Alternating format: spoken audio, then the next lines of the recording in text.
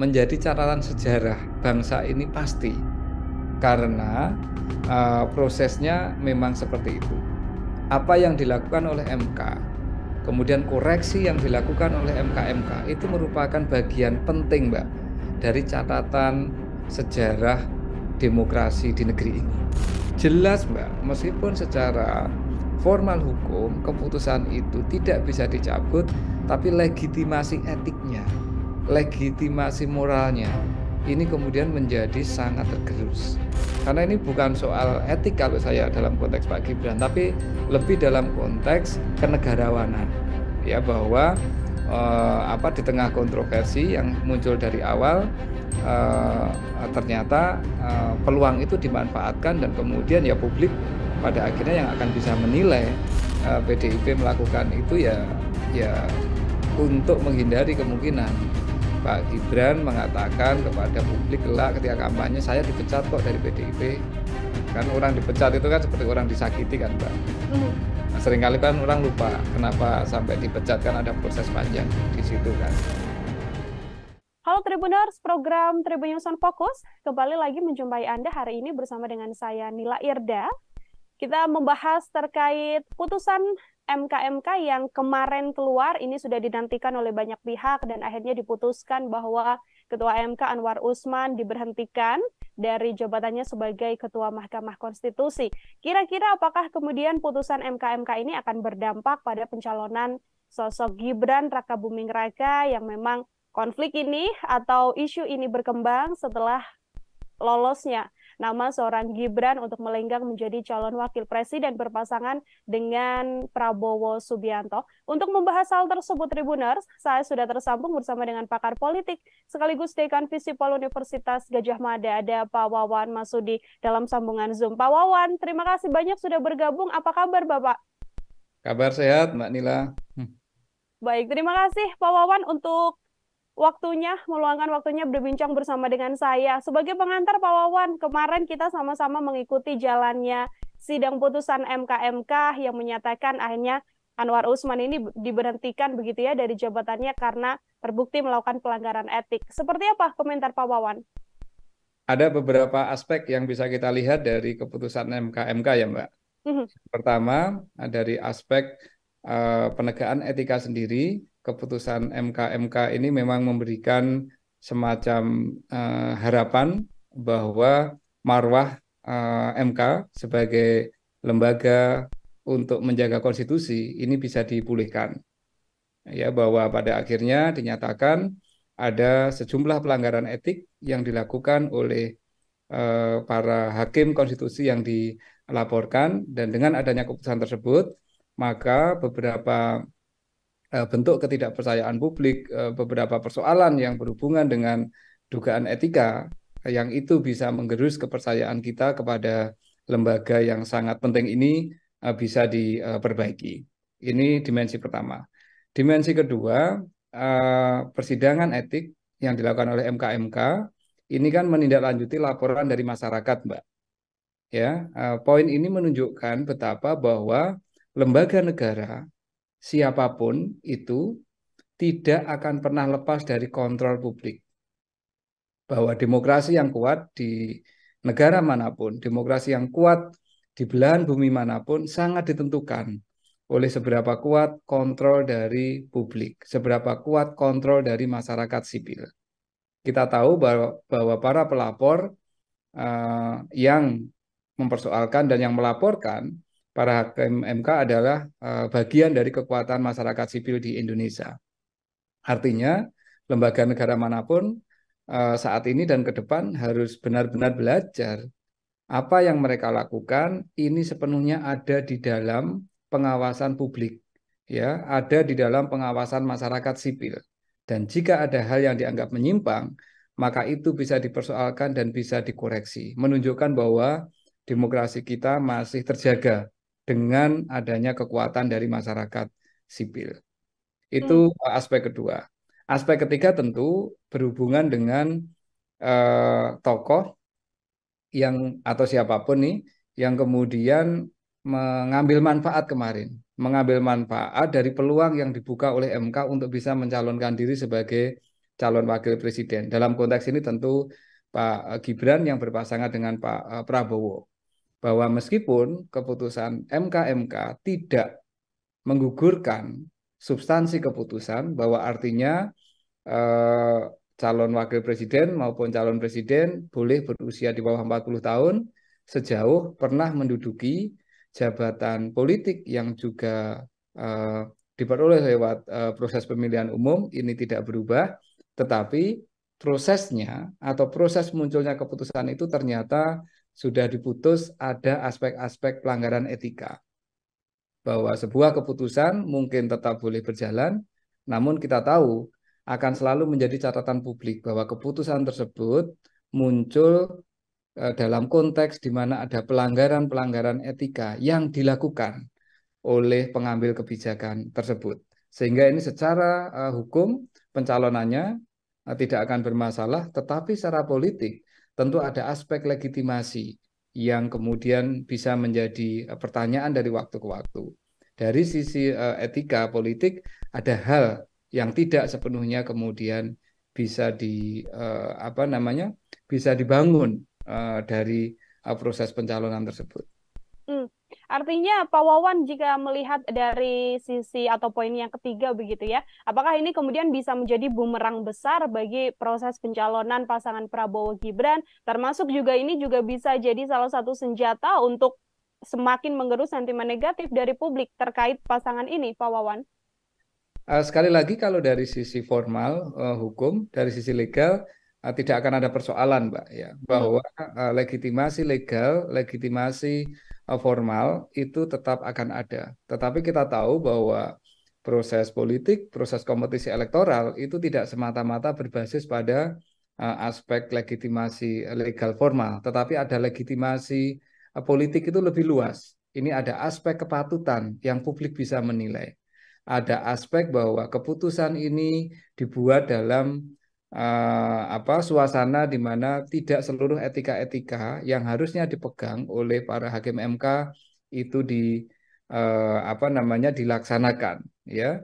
Karena itu kemudian publik akan menilai bahwa oke, ini bisa mencalonkan, tetapi ada banyak kelemahan-kelemahan, ya. Ada aspek-aspek yang bisa kita katakan cacat dari sisi proses pencalonan yang kemudian ya tergantung nanti dalam proses kampanye apakah lawan politik akan menggunakan ini untuk melakukan serangan dengan mengatakan bahwa ada fondasi etika yang bermasalah dalam proses yang sedang berlangsung atau tidak dipakai oleh para lawan politiknya. Pun halnya di masyarakat, kita tidak tahu akan seberapa lama ini memori masyarakat terhadap proses yang berlangsung di MK ini kan.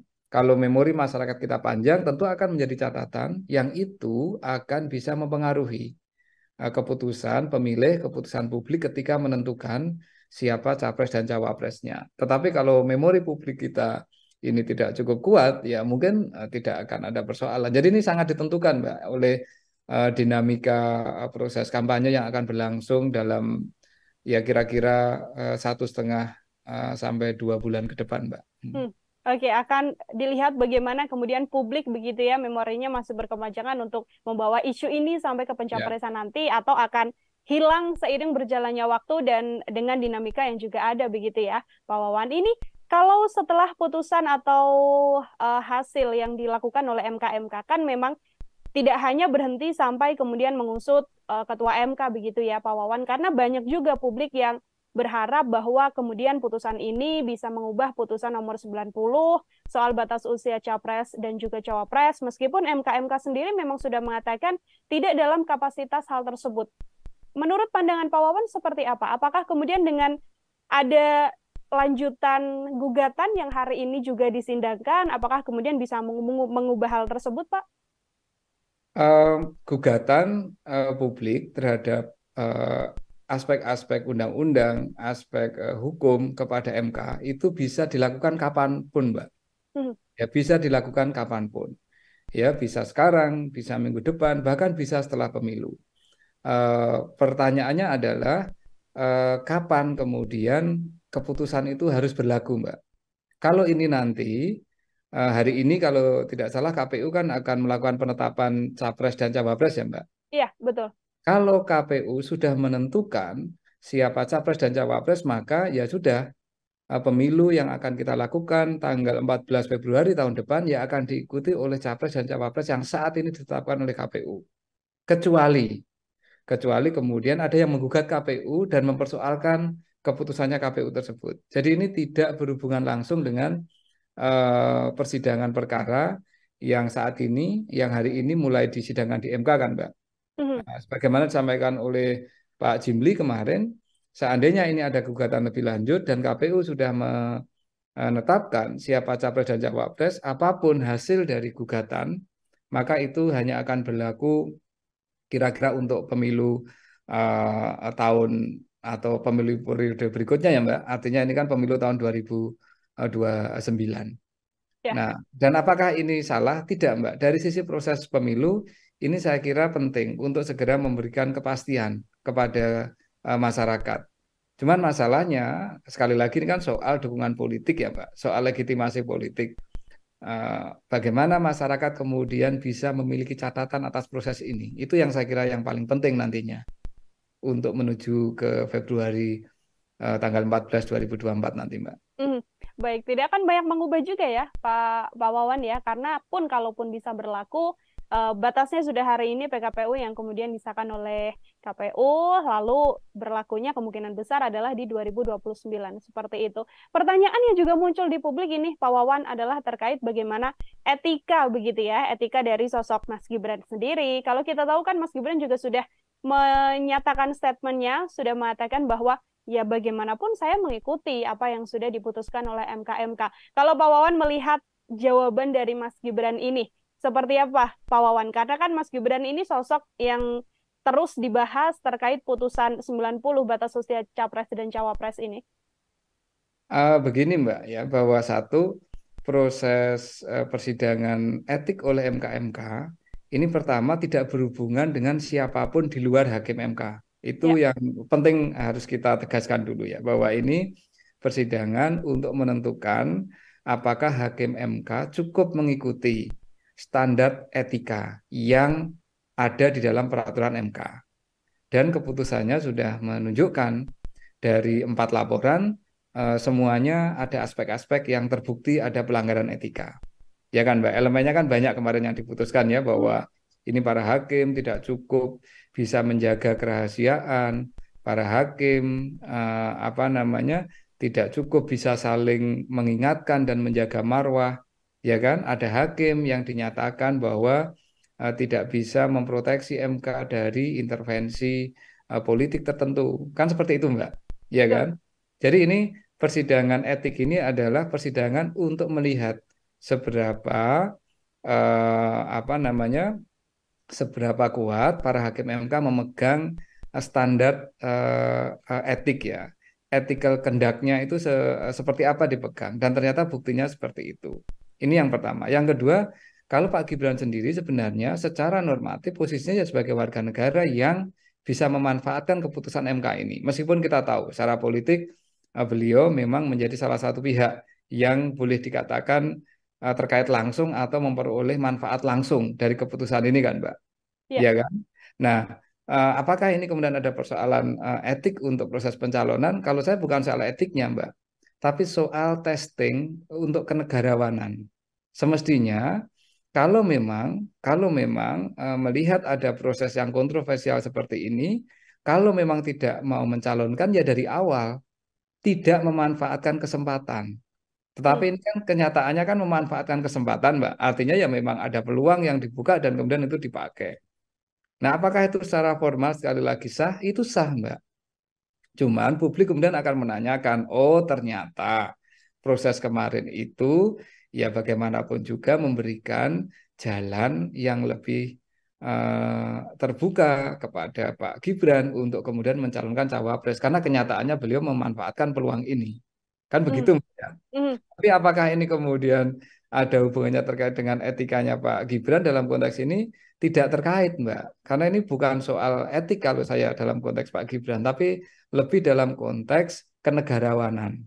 Ya, bahwa di tengah kontroversi yang muncul dari awal, ternyata peluang itu dimanfaatkan dan kemudian ya publik pada akhirnya yang akan bisa menilai seberapa seberapa ini ya seberapa derajat kenegarawanan yang dimiliki oleh beliau maupun mungkin ya mohon maaf oleh orang-orang yang ada di sekitar beliau kayak gitu Mbak. Kalau saya melihatnya lebih ke situ.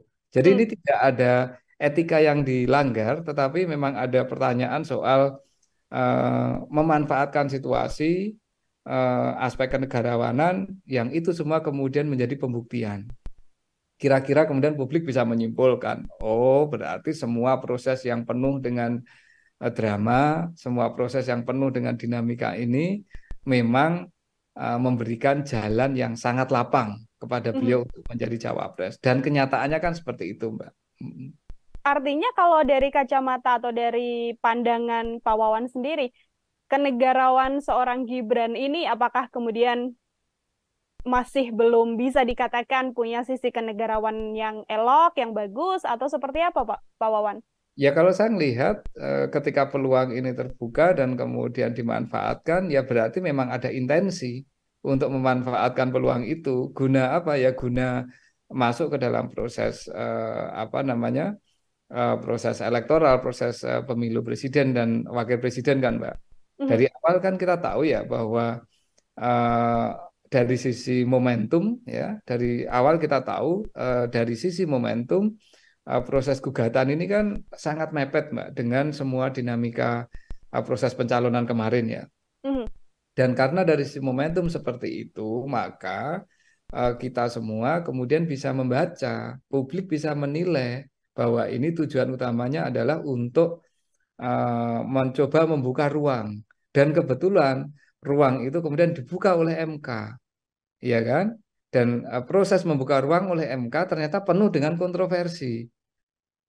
Keputusannya tidak bulat, kemudian dari keputusan yang tidak bulat itu sebenarnya juga tidak ada opini yang bersifat solid, dan setelah itu kemudian muncul ada dugaan pelanggaran etik yang dilakukan oleh Ketua MK karena menyidangkan perkara yang punya kemungkinan interest langsung dengan salah satu anggota keluarga, ya kan Mbak? Dan kemudian di sidang MK, sidang Majelis Kehormatan kemudian membuktikan, oh benar ini terjadi banyak sekali pelanggaran terhadap ethical conduct, ya, terhadap prosedur-prosedur etis yang ada di MK. Jelas, Mbak, meskipun secara formal hukum keputusan itu tidak bisa dicabut, tapi legitimasi etiknya, legitimasi moralnya, ini kemudian menjadi sangat tergerus. Nah, ini yang memang situasi-situasi dilematisnya kan seperti itu ya. MK kan memang tidak punya kewenangan untuk mencabut keputusan kan, Mbak. Tetapi hanya bisa menunjukkan kepada publik ini ada legitimasi etika yang dilanggar ketika keputusan ini dibuat. Ya kan? Okay. Dan ketika itu dimanfaatkan untuk pencalonan, akhirnya ya publik yang bisa menilai kalau ini semuanya penuh kontroversi, mengapa sih kita ambil jalan itu? Dan kalau itu diambil, berarti dari awal memang sudah punya niat untuk ikut dalam kontestasi ini. Nah, motif dibalik itu apa? Nah, kita yang nggak tahu kan, Mbak. Apakah ini dalam rangka untuk ekstensi kekuasaan dari keluarga Pak Presiden, ataukah ini ada semangat lain di luar itu, kan kita yang belum tahu nih publik kan. Termasuk kalau kita sedikit tarik mundur ke belakang, Pak Wawan, ini apakah proses kenegarawan atau etika seorang Mas Gibran ini juga bisa dilihat dari kemudian hilangnya atau pamitnya Mas Gibran dari PDIP yang selama ini sudah membesarkan namanya, bisa mencalonkan Mas Gibran sebagai wali kota Solo, termasuk juga 2 periode Presiden Joko Widodo bersama dengan PDI Perjuangan yang tiba-tiba bergabungnya bersama dengan Prabowo Subianto begitu? Saya kira hubungan PDIP dan Gibran dan PDIP memang sudah sampai pada titik yang tidak mungkin untuk diperbaiki untuk saat ini, Mbak ya. Di satu sisi PDIP tidak pernah secara tegas menyatakan memberhentikan atau memecat Pak Gibran kan, Mbak.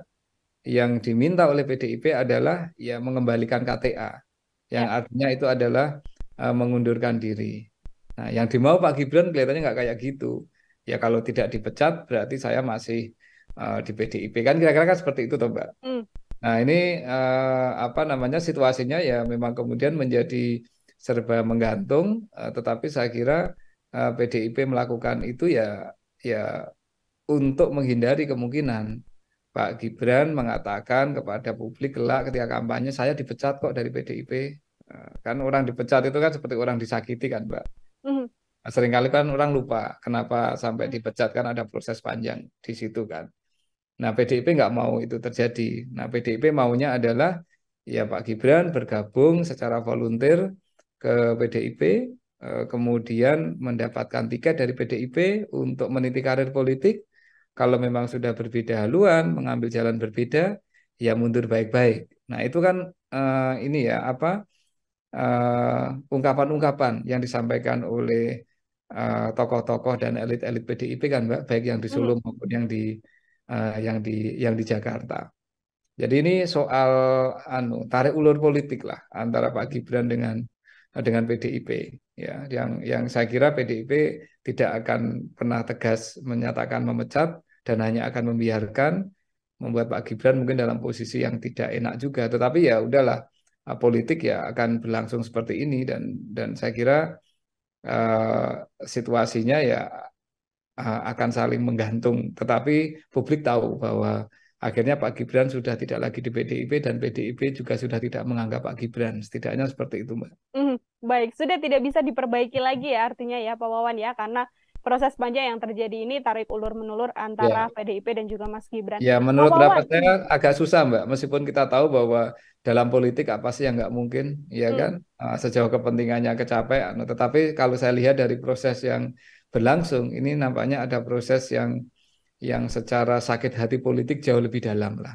Dari sisi perasaan politik jauh lebih dalam daripada sekedar keluar dari partai untuk pindah ke partai lain atau untuk apa mengambil pilihan politik lain. Oke, Pak Wawan, ini ada pihak juga yang kemudian mendesak agar Pak Prabowo Subianto ini ada dari kubu Pak Anies begitu ya, dan juga Pak Ganjar yang sama-sama kompak mengatakan sedianya atau seyogyanya Pak Prabowo Subianto ini mengganti Mas Gibran dari cawapres setelah adanya putusan MK-MK. Komentar Pak Wawan seperti apa? Ya itu bagian dari apa namanya saling menyerang dalam politik lah. Itu biasa Hmm? lah kayak gitu ya. Jadi tentu kubu lawan politik akan mengatakan ini ada keputusan seperti ini dan secara etik berarti ada masalah, sebaiknya mengganti. Kan kayak gitu toh Mbak. Ini kan bagian dari strategi menyerang dalam politik kan. Ya. Nah, jadi ya, tidak ada masalah kalau itu yang menyampaikan partai politik. Nanti mungkin Pak Prabowo akan merespon dengan cara yang lain toh, bahwa mungkin mengatakan ya secara formal hukumnya tidak ada yang kami salahi dan kami akan jalan dan kemudian kami akan masuk dengan program-program. Nah, ini bagian dari Mbak, apa namanya? Political apa ya? Political discourse lah ya. Hmm. Narasi-narasi politik yang dibangun oleh kubu-kubu apa yang saling sedang bersaing dalam proses pemilu dan itu wajar dan sah-sah saja Mbak saya kira. Oke, itu wajar dan sah-sah saja. Namun kalau dari kacamata Pak Wawan ini sebagai pengamat politik juga ya, dari Koalisi Indonesia Maju atau dari pihak Prabowo Subianto, secara etika yang elok, etika yang patut, memberikan sikap terkait putusan MK-MK dan sentimen negatif publik atas pencawapresan Mas Gibran ini yang paling bagus itu seperti apa, Pak? Dalam kacamata saya ini sudah point of no return Mbak bagi Pak Prabowo dan Koalisi Indonesia Maju. Menunjuk Pak Gibran yang sudah dideklarasikan dan didaftarkan ke KPU dan kemudian setidaknya hasil MK-MK tidak mencabut keputusan yang memungkinkan Pak Gibran untuk mencalonkan itu sudah menjadi point of no return. Artinya Koalisi Indonesia Maju, dugaan saya dan saya hampir pasti mengatakan iya, akan mempertahankan duet Pak Prabowo dan Pak Gibran. Yang dilakukan oleh Koalisi Indonesia Maju dalam pandangan saya akan mencoba untuk menutup dan ini ya menggeser isu terkait dengan etika, isu terkait dengan patut tidak patut ini dengan narasi-narasi politik yang lain, Mbak. Misalkan kampanye program tertentu, kemudian arah eh, kepemimpinan yang akan mereka bawa, kemudian mencoba untuk membangun narasi-narasi langsung ke publik, membangun komunikasi ke grassroots dan seterusnya. Saya kira itu yang dilakukan. Jadi mereka tidak akan mengconsider lagi soal perdebatan etika itu, Mbak. Dan tetapi bukan berarti etika ini tidak penting. Dalam kacamata saya tetap penting untuk selalu disampaikan kepada publik bahwa ada proses politik, ada proses pembuatan keputusan di MK terkait dengan proses pencalonan ini yang oleh Majelis Kehormatan MK pun dinyatakan terbukti melanggar etik, ya. Dan publik kemudian bisa menilai kalau semua aspek-aspek etika ini kemudian dilanggar, ya, aspek-aspek etika itu dilanggar, sanksinya apa sih, Mbak? Kan sanksi hukum kan nggak bisa kita lakukan. Yang ada itu adalah sanksi sosial biasanya, ya kan? Sanksi sosial, sanksi moral. Nah, sanksi sosial yang bisa dilakukan oleh publik, oleh pemilih itu apa sih pada akhirnya? Ya, mungkin akan mencari alternatif pilihan yang lain. Mungkin akan menentukan pilihan yang lain. Itu kan eh, pemilih ketika sudah masuk ke bilik suara kelak, dengan pengetahuan yang dimiliki, itu kan upaya, Mbak, satu untuk memperkuat legitimasi atau untuk mendukung satu pihak, tapi ada juga yang semangatnya itu adalah menghukum pihak lain. Nah, ini dan itu adalah kewenangan voters, Mbak. Itu adalah kewenangan pemilih untuk mendukung atau motivasinya ketika memilih itu adalah untuk mendukung calon yang benar-benar dia pilih, ataukah proses pemilihan yang dia lakukan itu merupakan upaya untuk menghukum pihak yang dia tidak suka. Itu namanya protes voting, Mbak. Nah, ini artinya apa? Artinya ini nanti sudah bergeser, Mbak. Cara untuk melihat dampak dan implikasi dari soal putusan MK-MK ini dalam kaitannya dengan etika politik itu nanti sudah akan bergeser kepada pemilih, akan bergeser ke bilik suara, dan kemudian pemilik suara bisa punya kewenangan yang kita tidak tahu. Kalau dia ingin menghukum, protes voting, ya tentu dia akan melakukan itu. Kalau dia ingin mendukung, ya tentu dia akan mendukung. Nah, seperti itu kira-kira anunya. Logik berpikirnya seperti itu, Mbak. Oke, baik. Terakhir dari saya, Pak Wawan. Ini kan tadi disampaikan Pak Wawan, dinamika ini tergantung bagaimana nanti publik, apakah isu ini masih akan terus berkembang sampai panjang atau bisa diredam dengan isu atau dinamika politik yang lain. Pertanyaan saya, Pak Wawan, apabila memang kontestasi ini berjalan satu putaran, dua putaran, dan nantinya pasangan Prabowo dan Gibran berkemungkinan untuk memperoleh suara terbanyak dan memenangi Pilpres begitu ya, apakah bumerang atau isu MK ini akan berjalan sebegitu panjang dan akan terus diingat oleh publik sebagai salah satu cacat etika dalam proses ini meskipun keduanya sudah menjabat? Pak Wawan, silahkan. Menjadi catatan publik pasti, menjadi catatan sejarah bangsa ini pasti, karena prosesnya memang seperti itu. Apa yang dilakukan oleh MK, kemudian koreksi yang dilakukan oleh MK-MK itu merupakan bagian penting, Mbak, dari catatan sejarah demokrasi di negeri ini. Dan itu tidak terhapus. Ya karena itu fakta yang berlangsung. Ya kan, Mbak? Dan apakah itu akan menjadi catatan publik? Ya tentu menjadi catatan, wong itu menjadi catatan sejarah ya. Nah, soal seberapa kuat itu mempengaruhi legitimasi calon terpilih, ya, misalkan kebetulan yang calon yang bisa memanfaatkan peluang MK ini kemudian memenangkan pemilu ya. Tentu yang pertama ketika mereka terpilih ya legitimasi elektoral itu sendiri menjadi penting, Mbak. Artinya ya dia tetap legitimate karena secara elektoral dipilih. Tetapi sekali lagi ini kan ada kekuatan lain di masyarakat kita, Mbak, selain proses pemilu ya. Ya kan, setelah proses pemilu ada kekuatan lain di dalam masyarakat kita. Selain parpol, selain DPR, selain DPD, selain tokoh politik. Siapa mereka? Ya kekuatan masyarakat sipil, kekuatan media massa yang bisa kemudian secara kritis selalu melihat bahwa ada persoalan-persoalan dalam proses pemilu Indonesia tahun 2024 ini yang dipenuhi dengan aspek-aspek yang tadi kita diskusikan, ada code of conduct dalam konteks pengambilan keputusan di MK yang dilanggar, ada proses dan bentuk kenegarawanan yang mungkin tidak diambil, ada diskusi soal bahwa ini semua merupakan bagian dari orkestrasi untuk memperpanjang kekuasaan yang berlangsung, dan seterusnya lah, Mbak. Nah, cara pencatatan kritis ini akan menjadi elemen yang tidak terpisahkan, Mbak, dari proses pemilu tahun 2024 ke depan ini.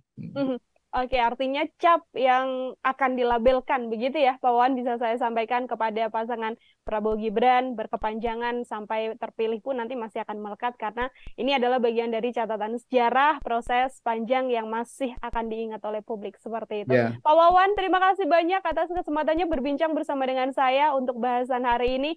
Semoga di lain kesempatan kita bisa berbincang lagi, Pak Wawan. Terima kasih, Mbak Nila, sehat selalu. Ya. Sehat selalu, Pak Wawan. Ya, Tribuners, demikian program Tribun News on Fokus hari ini. Nantikan Tribun News on Fokus selanjutnya untuk bahasan-bahasan konten lain bersama dengan saya. Saya Nila Irda, pamit undur diri. Terima kasih dan sampai jumpa. Download Tribun X sekarang. Menghadirkan lokal menjadi Indonesia.